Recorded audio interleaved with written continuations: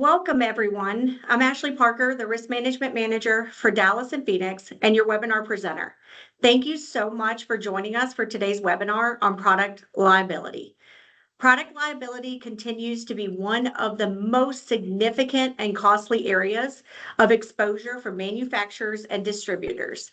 In this section, we'll break down the core concepts every organization needs to understand to protect their customers, their reputation, and their bottom line.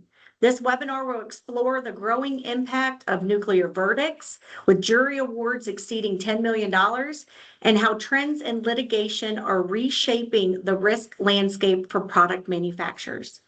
Attendees will gain insight into the key drivers behind these large losses, including AmeriSure's own claim experience and industry-wide data. We will also take a deep dive into the three pillars of product liability: design defects, manufacturing defects, and the duty to warn. With real-world examples, including a notable automotive component case study, you'll learn how a single part, supplier error, or missing warning can escalate into multi-million-dollar exposure. The session will further highlight prevention and loss mitigation strategies, including design controls, supplier vetting, quality management, labeling requirements, recall readiness, testing, documentation, and more. We'll also look ahead to emerging risks such as AI-driven design. As many of you know, AmeriSure is one of the nation's leading providers of commercial insurance. We specialize in managing risk in business such as construction, manufacturing, and healthcare. We are licensed to conduct business in all 50 states and have been in business for over 115 years. That speaks a lot to what we bring to you as a policyholder and our agents, and we are happy to have you as part of our partnerships. With nearly 700 employees, our headquarters is located in Farmington Hills, Michigan, and we have local expertise with scalable support across the entire United States. Now, a little bit of housekeeping before we get started. We will answer all questions at the end of the presentation during our Q&A section. If you have questions throughout the presentation, please go ahead and type them in the Q&A box or in the Teams chat. You have the option to submit questions anonymously in the Q&A box, and due to the number of attendees and to avoid background interference, all attendees are muted and will remain muted during the duration of this webinar. Now, a legal disclaimer. This webinar is for general information only and is not intended to provide and should not be relied upon for health or legal advice in any particular circumstance or fact situation.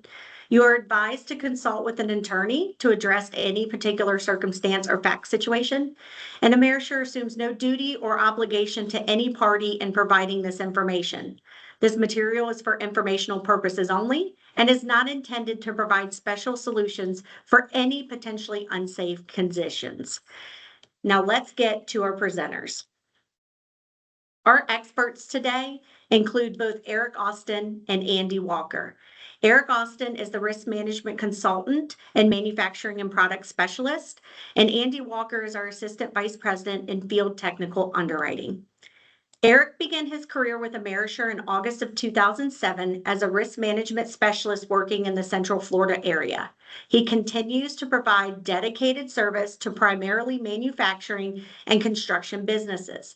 He assists with the review of manufacturing accounts, the products produced, and coordinates with underwriting teams on potential issues identified, all while helping to coach risk management consultants prior to visiting prospective accounts. Andy started working at AmeriSure in 2021 and has over 25 years of experience underwriting commercial insurance with broad experience in product liability. He currently serves as the Assistant Vice President of Field Technical Underwriting, and he holds responsibility for field underwriting decisions, analytical tools, and reporting used by AmeriSure underwriters, and oversight on underwriting quality and risk evaluation. So before we dive in, we want to throw out a poll for you. Our poll question number 1 today is: product liability touches every industry differently. What industry sector do you represent? So if you give me just a second, I'll get this launched for you. It should pop up on your main screen, and if it doesn't, you can find the poll in the chat.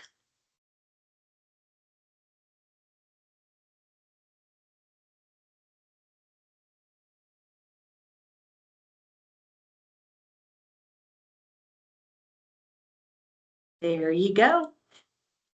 I'll give you about 30 seconds.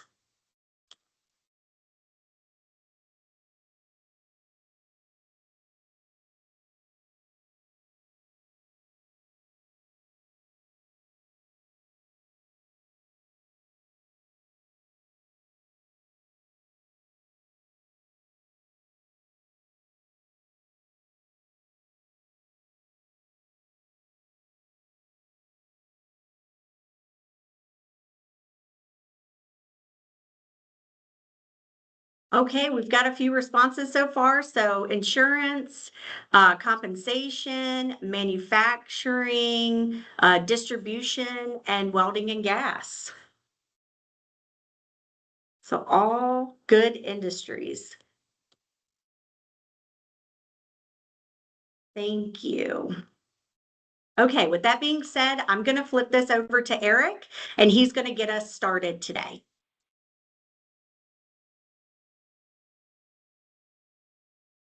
Thank you, Ashley. Let's first talk for a moment about the rise of costly verdicts, plus also a case study regarding a nuclear verdict related to products liability. Nuclear verdicts is a term that we've all started hearing about. These verdicts represent claims of $10 million or more. The size of nuclear verdicts is actually rising. The median reported nuclear verdict for case types between 2013 and 2022 was $21 million. Higher lawsuit numbers start with product liability at $24 million and motor vehicle accidents at $21 million. Medical liability, premises liability, and other negligence verdicts had a $20 million median nuclear verdict over the 10-year period. Note, products liability lawsuits account for about 23.3% of nuclear verdicts, while auto comprised about 23.2% of nuclear verdicts. And the issue is not getting better. In fact, in 2022, the products liability median verdict rose to $36 million, up from $24 million in the study period. These numbers come from a great study on the subject from the U.S. Chamber of Commerce Institute for Legal Reform. This study can be downloaded for free over the internet. Now, when we look at verdicts over $100 million, which are often called thermonuclear verdicts, products liability stands out. Roughly 1/3 of all verdicts exceeding 100 million involves product liability.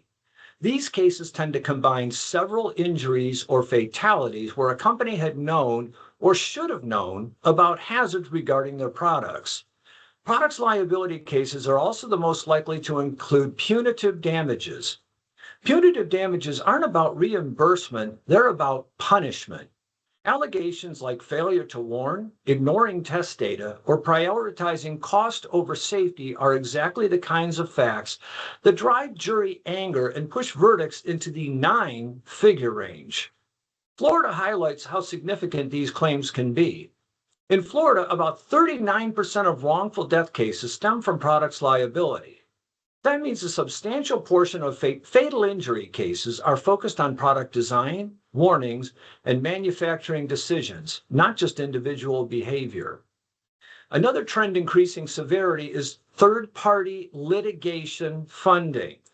Outside funding is common in products liability cases, allowing plaintiffs to sustain long, expensive litigation and hold out for larger outcomes rather than early settlements.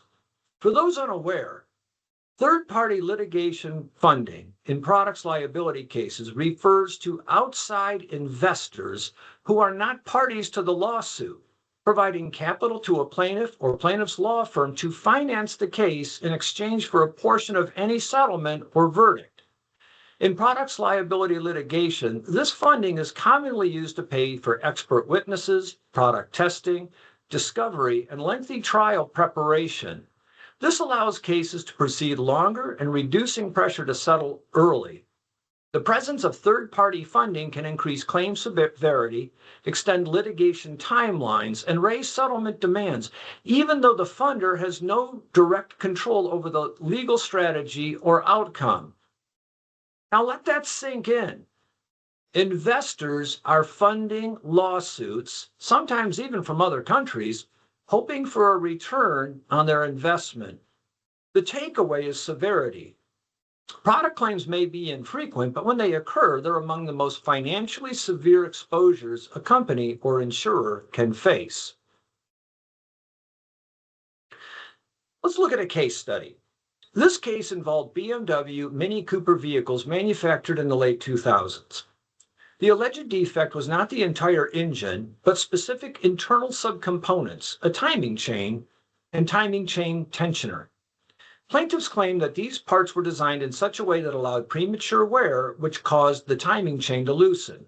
When this happened, engine timing can slip, leading to severe engine damage or complete engine failure, often without warning.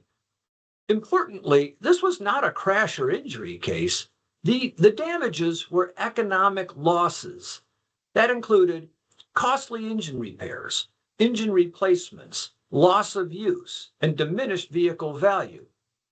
The legal theory centered on design defect and breach of warranty, with a strong emphasis on allegations that BMW knew of the issue but did not adequately disclose it or address it early. The case ultimately resolved through a class action settlement of approximately $30 million, which included reimbursement for prior timing chain repairs, warranty extensions for affected vehicles, coverage caps based on mileage and repair type. From a product's liability standpoint, this is a strong example of how a single internal component, one the customer never sees, can generate enterprise-level exposure. In the previous case study, I mentioned things like design defect and breach of warranty. These are examples of liability laws. Next, we will break down these laws and how they apply to manufactured products. Now, first, what is a product? A product is not simply the final item being manufactured or sold. It can refer to a wide range of things that enter the stream of commerce or are used by others. Let me break this down into 6 key categories. First, there's the container or package. A company can be held liable not just for what's inside, but also for the container itself. For example, a plastic bag that poses a suffocation risk, or a 5-gallon bucket that a child could fall in and drown. Both could trigger product liability claims. Second is the warranty. Product liability extends to warranties or statements of performance. If a company promises a product will do something and it doesn't, that can create a legal exposure. Third, components. If you manufacture a part that becomes a part of a larger item, like a transmission component used in a vehicle, and that part fails, you can be held liable even if you didn't make the finished product. Fourth, incomplete items. Even partially finished goods count. For example, threaded steel rods intended to become screws. If there's a defect in the raw material and it results in a failure down the line, liability can still apply. This is one reason why parts on airliners all have a part number and a serial number. If there's a crash investigation, investigators can trace causes all the way down to a tiny bolt. Any life-limited part must have serial numbers by regulation. Fifth is the finished product. This is the most obvious category, something ready for sale to a consumer or end user. Now let's talk about breach of warranty. That's a legal term that basically means the product didn't do what it was supposed to do. Every product comes with what's called an implied warranty, even if there's no written warranty at all. And to be clear, this is separate from the kind of warranty you see in a box or instruction manual. This is a legal obligation that the product is fit for its intended use. Let me give you 2 examples. If a tow strap is rated to handle 10,000 pounds, but snaps at 2,000 pounds and causes damage to the vehicle or what was being towed, that's a potential breach of warranty. Or if a pair of sunglasses claims to block 100% of UV rays, but doesn't, and someone suffers corneal damage, That's another example. Understanding these definitions helps us recognize where liability can arise and even places that the manufacturer might not expect.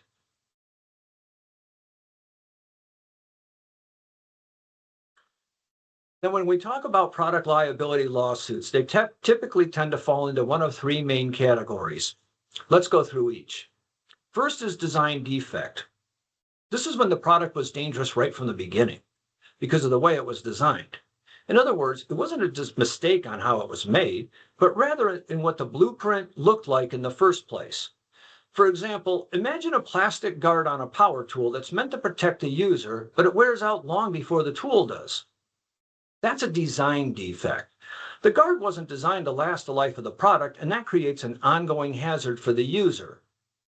Now, we'll return to design defects in just a moment. Second, manufacturing defect. The design was good, but quality control failed to spot products coming off the line that were not made to specification. This can also be caused by raw materials being received that didn't match the specification as well. And third, duty to warn. Warning of a potential hazard to the user through proper use or misuse of a product is duty to warn. Note, the category has become more prominent with changes to warning label standards. Since warnings must cover potential use and misuse of a product, we have seen the number of warning labels for various items increase greatly in the past decade.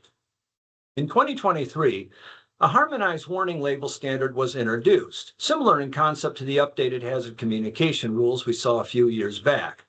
The labels to the right show the difference between the old standard and the new standard. The current standard is ANSI Z535.4. While OSHA still recognizes the older label for the workplace, it is not compliant with current legal standards regarding products liability. Now let's talk about design defects and why this category often results in the highest liability awards in product liability litigation. A design defect exists when a product is inherently unsafe, even when it's manufactured perfectly and used correctly. But the key legal concept here is foreseeable risk. Foreseeable risk means a company must anticipate how their product will realistically be used or misused in the real world. It's not enough to say, well, the instructions said not to do that. Courts expect manufacturers to ask, what could go wrong? How might someone use this product incorrectly but predictably? And what steps could we take in the design phase to prevent that from happening? In fact, the law puts responsibility squarely on the manufacturer to go beyond warnings. If a hazard can be eliminated or reduced through alternate design, the company is expected to do so. This includes addressing foreseeable hazards such as pinch points or sharp edges, anticipating foreseeable misuse like someone standing on a chair or overloading a strap, and implementing design alternatives, safer shapes, materials, or safety features before the product ever reaches the market. When a design defect leads to a serious injury, especially one that could have been prevented through a safer design, courts often respond with significant judgments. So from a legal and moral standpoint, the best defense against a design defect claim is proactive engineering, designing the hazard out before the product ever reaches the consumer. If one is creating a product for which there is an existing market, then market and industry standards may apply. Now let's shift focus to manufacturing defects, a category of product liability that comes into play not because of a bad design, but because something went wrong during the production process. The key distinction is that the design was sound. The problem? The product was not built according to that design.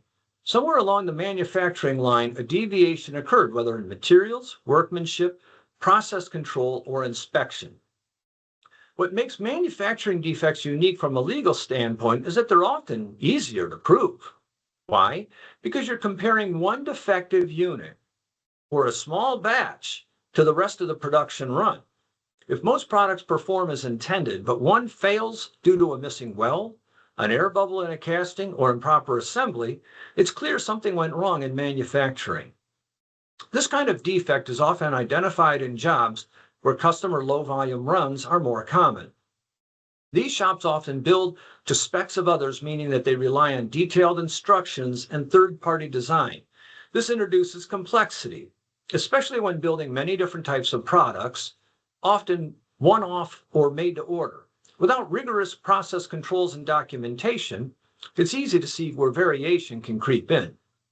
So even with a solid design, a breakdown in process or oversight in production or an issue with quality control can still open the door to serious liability.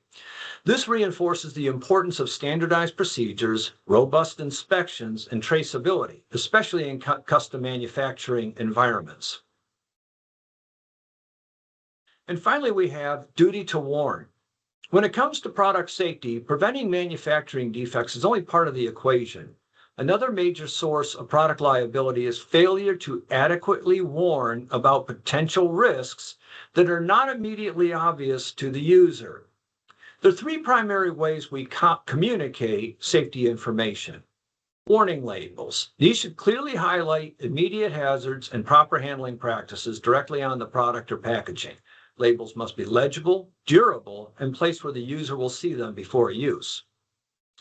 Manuals and instructions. These provide more detailed guidance, including how to safely assemble, operate, and maintain the product. Instructions should address foreseeable misuse, so not just using it correctly, and outline any actions that could result in injury or damage. Inadequate warnings often lead to some of the most costly and common product liability claims, to include failure to warn, failure to instruct, inadequate or unclear warnings. A well-known case is the McDonald's hot cup of coffee case. While McDonald's did label their coffee as hot, the temperature was served around 180 to 190 degrees Fahrenheit, hot enough to cause third-degree burns in seconds. The warning was judged to be inadequate because it did not fully inform the customer of the risk or provide meaningful instructions to avoid harm.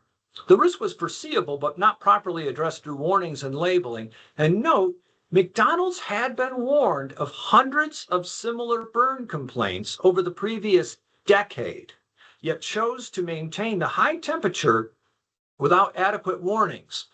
The takeaway is clear. If a product poses a foreseeable risk, even in normal or slightly improper use, it's the manufacturer's duty to clearly communicate those risks and how to avoid them. If a warning could have reduced or prevented harm and it wasn't provided, liability often follows. Even when a product is well designed and properly manufactured, injuries can still occur, and this is where duty to warn becomes critical. So let's start with an important reality. Some products, even when used correctly, carry inherent risks.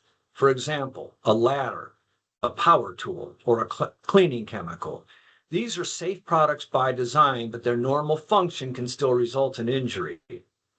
In these cases, it's essential to warn users not just about standard use, but how the product might be misused in ways that are reasonably foreseeable.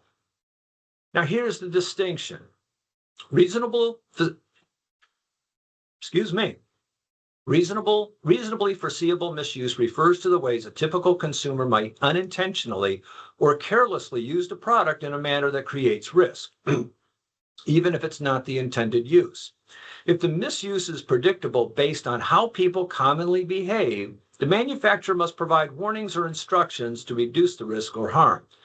Not foreseeable misuse includes things that are so unexpected or extreme, no reasonable manufacturer could anticipate them. For example, using a toaster to heat up a blanket would likely fall into that category. To illustrate, if someone stands on the ladder's top step, despite clear instructions not to, but there was no warning label provided, the manufacturer may be still liable, because people often use ladders that way. That's a reasonably foreseeable misuse, and failing to warn against it can lead to successful product liability claims. The key is this: manufacturers don't just have a duty to design safe products, they have a duty to anticipate how real people might use them improperly and to communicate warnings that could reduce or prevent harm. Now let's discuss an example that demonstrates the evolution of warnings in the very recent past. Now, historically, a manufacturer met its duty to warn by putting a warning on the package, keep out of reach of children. They did that and they were done. But button batteries, exposed the limits of that approach.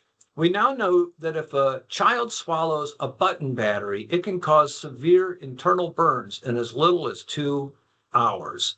Children can't read warnings, and even attentive caregivers may not understand how dangerous these batteries are. That makes ingestion highly foreseeable and not a freak accident. Because of that, the legal and regulatory expectations shifted from simply asking, did you warn, to did you do everything responsibly possible to prevent harm? This is why we see layers of protection, not just labels with button batteries. We have bitter coatings to discourage swallowing, and that's shown with the symbol on the Duracell. We have water-activated dyes that stain the mouth if ingested, alerting caregivers. We have child-resistant packaging and battery compartments that require tools to open. There's even a poison prevention packaging standard in place on how this should be done. From a product's liability standpoint, this is critical. When safer alternatives are known, available, and feasible, failure to warn claims often turn into design defect claims. Once a manufacturer knows the harm is severe, the user may not understand the warning, and better safety measures exist, warnings alone are no longer enough. Button batteries show that duty to warn evolves over time as injury data, technology, and expectations evolve. And in court, the question juries tend to focus on is simple. If you knew children were getting hurt and you could have done more, why didn't you? And now we will transition over to Mr. Andy Walker, who will discuss prevention and loss mitigation strategies, as well as liability issues in regard to suppliers and those who import products.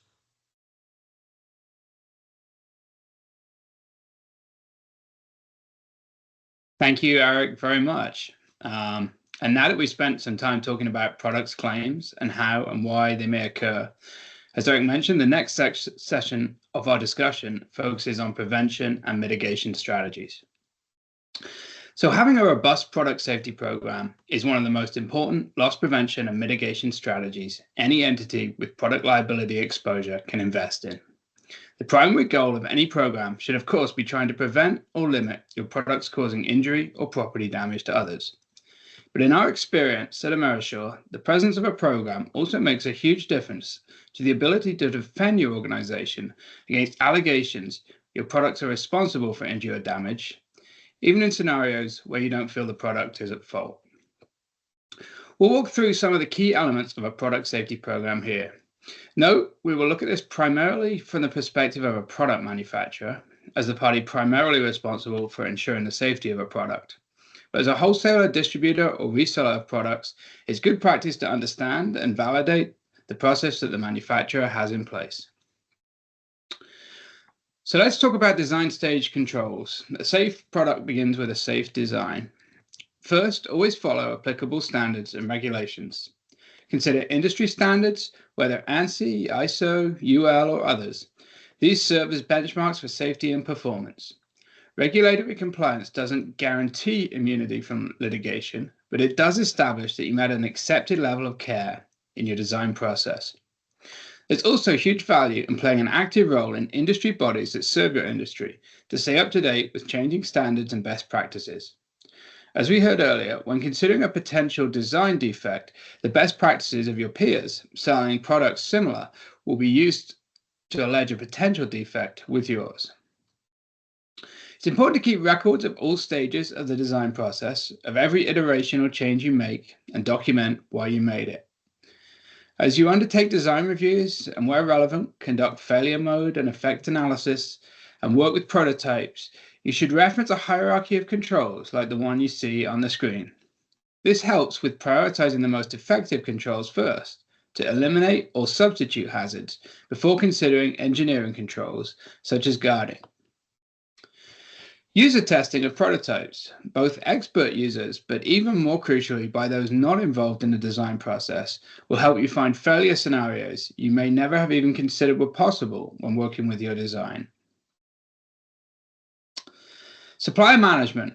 So we're talking here about the suppliers of raw materials, components, parts, and outsourced services that are used in the manufacturing process. This is an important topic we're going to come back to in a little more detail in a few more moments. But just to say here that this is a key part of a product safety program. Poorly selected suppliers can unfortunately make even the most perfectly designed product unsafe. So in our hierarchy of controls, administrative controls such as labeling and instructions are vital in response to hazards that cannot be engineered out. This is about warning the user of products through labels or instructions how you expect the product to be used. Instructions should of course be clear, compliant, and user-friendly. Labels can be an effective way of warning a user directly about inherent dangers when using products, although too many labels can create complexity and make them less likely to be followed. We're learning from juror studies that there's an increasing expectation that product manufacturers should warn about almost any scenario that could be imagined where a product could cause harm, and a feeling that the presence of a label might have prevented an injury that otherwise occurred. You need to find the right balance for your product, and undertaking detailed analysis on what labels you should include and documenting your rationale is really worthwhile. It's important to keep instructions and warnings up to date with expected standards such as ANSI and undertake legal review, as Eric walked us through earlier in this discussion. And continuous improvement. The design process does not end with the creation of the product. It can and should be revisited during the life cycle of the production of the product, and in some cases, even after you stop selling the product, to determine if remediation to a subsequently found defect is needed.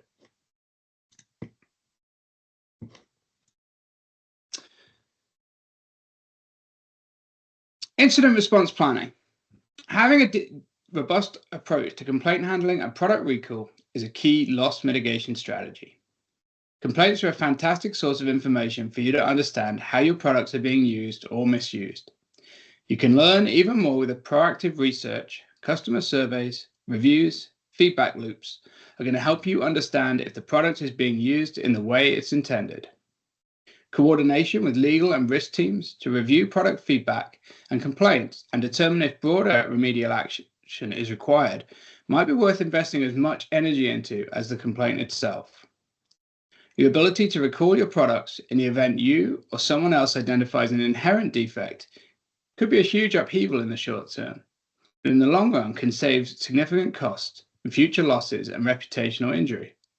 We recommend having a product recall program in place that you test for adequacy periodically. Okay, so QC and QA. Let's look at the definitions and distinctions. When we think about quality, we often default to quality control. This is generally known as the reactive, product review focused, and aims to detect defects through inspection and testing. But quality assurance is the overall strategy encompassing the entire project lifecycle. QC is a part of QA, typically happening at checkpoints at the end to the actual output of those standards. Let's dive a little deeper into the key elements of the actual quality control process itself. First, inspection. This involves the physical examination of products, components, or production processes to identify any visible defects, nonconformities, or deviations from established standards before they move further down the line. Second, testing.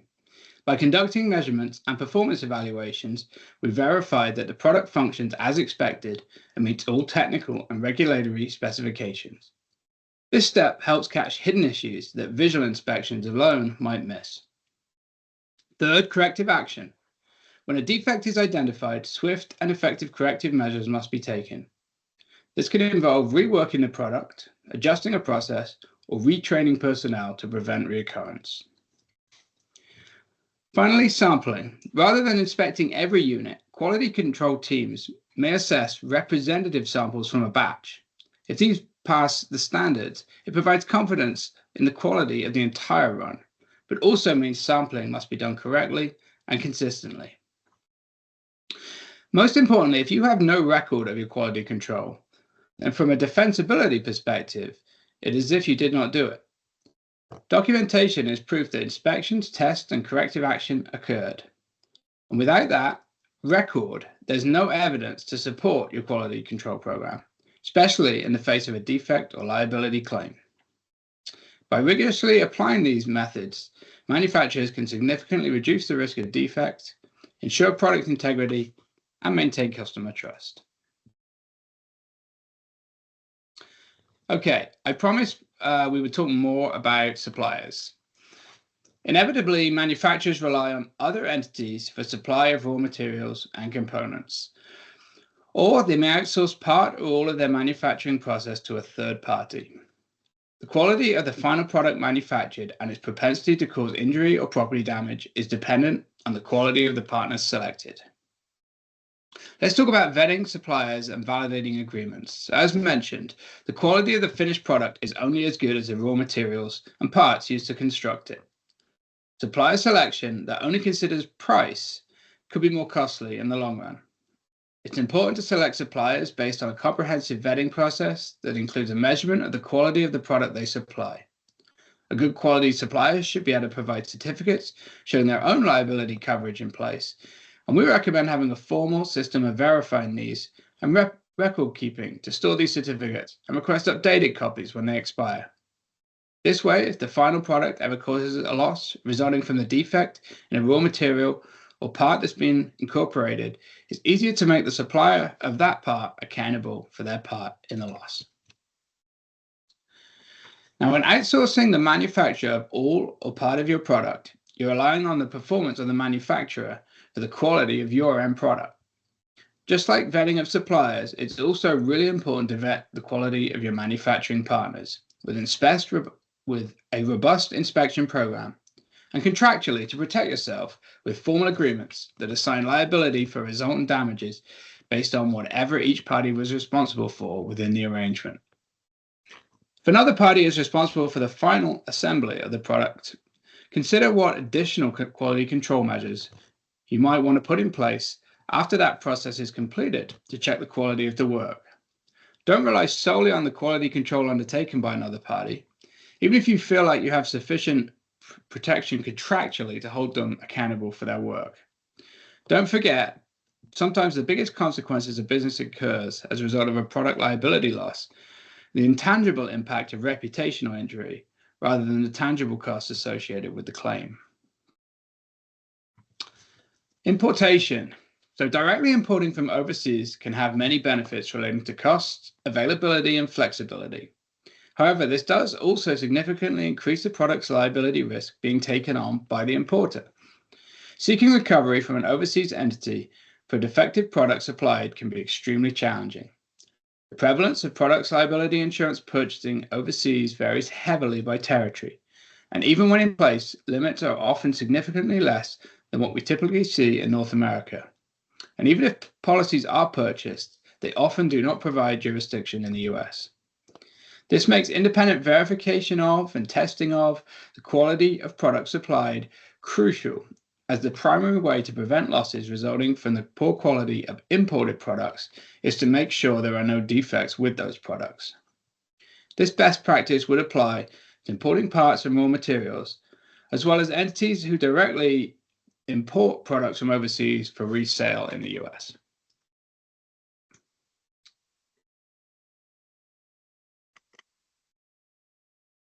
Okay, I have a few quick fire topics to share here, relating to some pertinent lessons that we've learned in our experience underwriting products liability.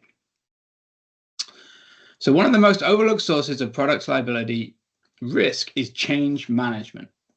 Engineering changes, material substitutions, and supplier changes often seem minor at the time, especially when driven by cost, availability, or efficiency. But even small changes can alter product performance, durability, or safety in ways that aren't fully tested, creating unintended consequences that show up years later in claims. And many companies learn lessons related to recalls and litigation history the hard way. Past recalls and claim histories are powerful predictors of future risk. Plaintiffs' attorneys routinely mine prior incidents, corrective actions, and internal discussions to argue that a company knew or should have known about a hazard.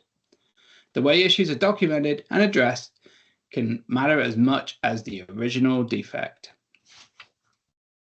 Social media. Social media has fundamentally changed how products risk surface.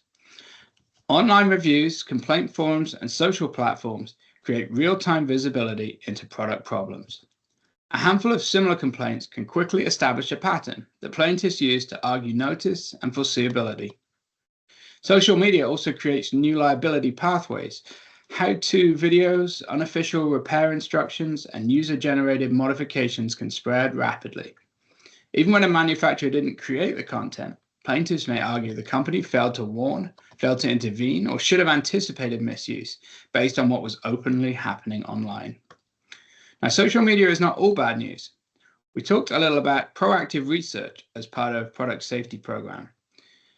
Used proactively, social media can be an incredibly powerful tool to provide information on ways in which products are being used and misused, a method to interact with your customers and to get a unique insight on opportunities to improve product functionality and, of course, to make them safer.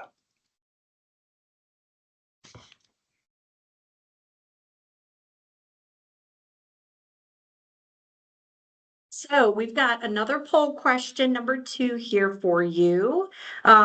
We are interested in getting your feedback. Which prevention strategy do you feel is the most critical for reducing product liability risk? And we've got a few choices for you. So if you give me just a minute, I'll get this poll launched for you. Launching right now. Once again, you should see it pop up in the screen. If not, you can use the poll in the chat. Give you about 30 seconds to submit your answers.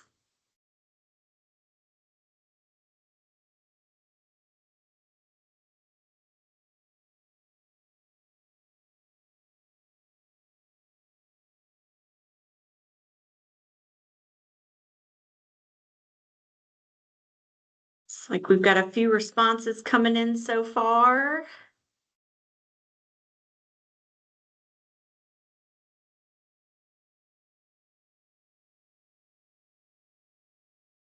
Give you about 10 more seconds.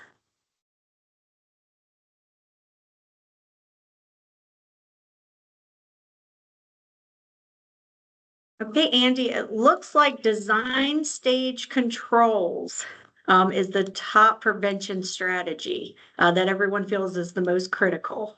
And then we've got a split between robust product testing, quality control audits, and strong change management process. Okay, great. So now I'm going to flip it back over to Eric. Thank you, Ashley. I want to wrap up by briefly looking forward because some of the biggest product liability risks we're going to see over the next decade don't look like traditional cases that we've been talking about. Now, first, there's AI product design and manufacturing. Artificial intelligence is everywhere, but it's increasingly being used in product design and simulation, product optimization, and quality control and defect detection. From a liability perspective, the big question becomes, who is responsible when an AI-driven decision contributes to a defect or failure? If AI is used to optimize a design that later proves unsafe, adjust manufacturing tolerances, or approve or reject components, plaintiffs may argue that companies delegated safety-critical decisions to systems that aren't fully explainable or auditable. A key risk here is documentation. If you can't explain why a design decision was made, it becomes much harder to defend in litigation. Next is the smart products and Internet of Things. War products, including industrial equipment, are now connected, software-driven, and continuously updated. This blurs the line between a product defect, software failure, and service error. Traditional questions like, was the product safe when it left the factory, become harder to answer when functionality changes through updates. Sensors and algorithms influence behavior, and remote diagnostics affect operation. From a liability standpoint, the product itself may never truly be finished.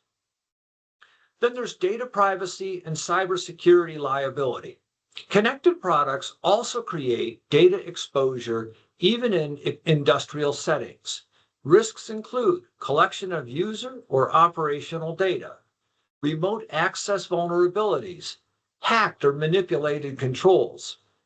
A cybersecurity failure can now lead to physical injury, property damage, business interruption, and plaintiffs are increasingly framing these as product liability issues, not just data breaches.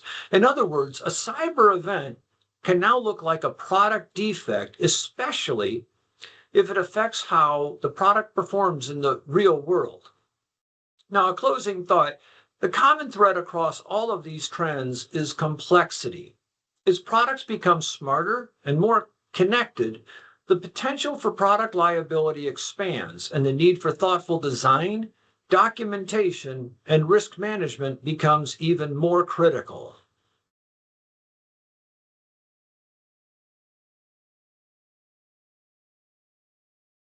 Thank you, Eric. Thank you all for your attention throughout this presentation. We've covered a lot of critical ground, from understanding the significant impact of nuclear verdicts and product liability cases to clarifying what exactly constitutes a product under the law. We've explored the three main pillars of product liability: design defects, manufacturing defects, and perhaps most importantly, the duty to warn. These areas are foundational to mitigating liability and protecting both consumers and companies alike. Now, looking ahead, we'll be hosting 3 additional webinars this year, 1 in each quarter. The next one will be in May, and we're taking you back to the basics with auto, focusing on MVRs, fleet safety programs, telematics, and more. Look out in your emails, our newsletters, and on socials for more information on upcoming webinars, and feel free to reach out anytime with questions or suggestions on future topics. Together, through continued education and proactive risk management, we can reduce exposure to costly claims and ensure the safety and trust of our customers. Now let's get to our question and answer section. So if you have a question, go ahead and drop it in our Q&A chat or the Teams chat button.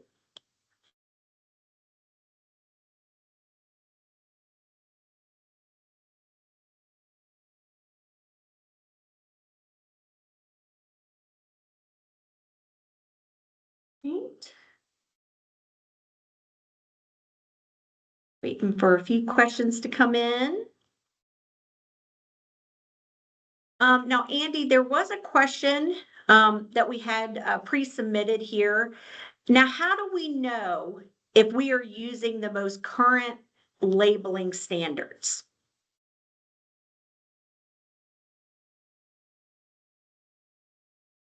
I can take that one.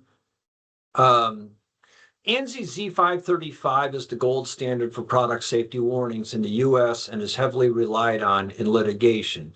There's 2 key parts. It's ANSI Z535.4, which is product signs and labels, and that's the most critical. And then ANSI Z535.6, which is product manuals, instructions, and collateral. Now note, ANSI Z535.4 was last updated in late 2023, with the previous version update in 2011 and then reaffirmed in 2017. So if your label or instruction manual has not been updated as of 2023 or later, they may be currently out of date. So 2023 is kind of the key date here. Perfect. Thank you, Eric. And Andy, there was one for you. We are asked to use formal written contracts with all vendors.